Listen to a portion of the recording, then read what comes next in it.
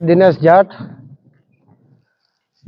રહેવાસી વિદ્યાનગર અંતરજાર.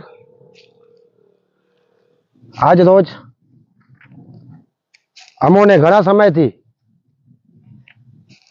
રોડ રસ્તાની સમસ્યાઓ રહેલ છે.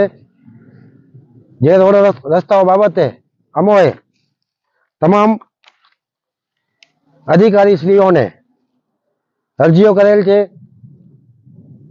ઉચ્ચ અધિકારીઓને પણ અરજીઓ કરેલ છે, પણ આજ દિવસ સુધી અમારી અરજીઓનો કોઈ નિકાલ નથી આવેલ અને છેલ્લા ઘણા વર્ષોથી અમો રોડ રસ્તા બાબતે લડત કરી રહ્યા છીએ, પણ તંત્ર આજ દિવસ સુધી અમારી સાંભળી નથી રહ્યું.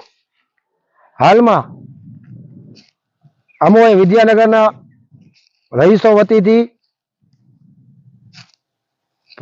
પ્રાંત અધિકારી સાહેબશ્રીને, કલેક્ટર સાહેબશ્રીને, કમિશનર સાહેબશ્રીને, જીડીઓ અધિકારીઓને, મામલતદાર સાહેબશ્રીને,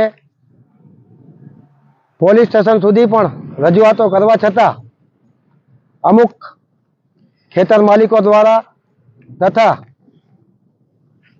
સ્કૂલ માઉન્ટ લીટરા જી સ્કૂલના સંચાલકો દ્વારા રોડ રસ્તાઓ ઉપર પાકી દિવાલો બનાવી દબાણ કરી મૂકેલ છે. તે દબાણો દૂર કરવા માટે તંત્રને રજૂઆતો કરવા છતાં પણ તંત્ર અમારી એકે સાંભળી નથી રહી અને જીડીએના zonal plan of declared residence zone at village અંતરજારના રોડ પ્લાન મુજબ પણ અહીંથી રસ્તાઓ આવેલા છે, જે અમો ઘણી વખત અધિકારીઓને રજૂઆતો કરવા છતાં પણ આજ દિવસ સુધી અધિકારીઓ અહીં આવી નથી રહેલ.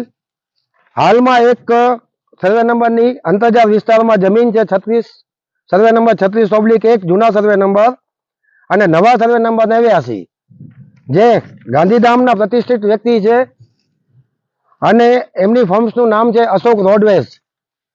એની અમે તપાસ કરાવી, એની રજૂઆતો કરાવી, જેથી પ્રાઇવેટ માપણી પણ કરાવેલ. તો તે પ્રાઇવેટ માપણીમાં તેમની જમીન 6 એકર ને 1 ગુંઠા જેવી નજર આવે છે ઓન રેકર્ડ. તેમ છતાં તેઓ ઓછામાં ઓછી 13 થી 14 એકરની જમીન કરી નાખેલ છે.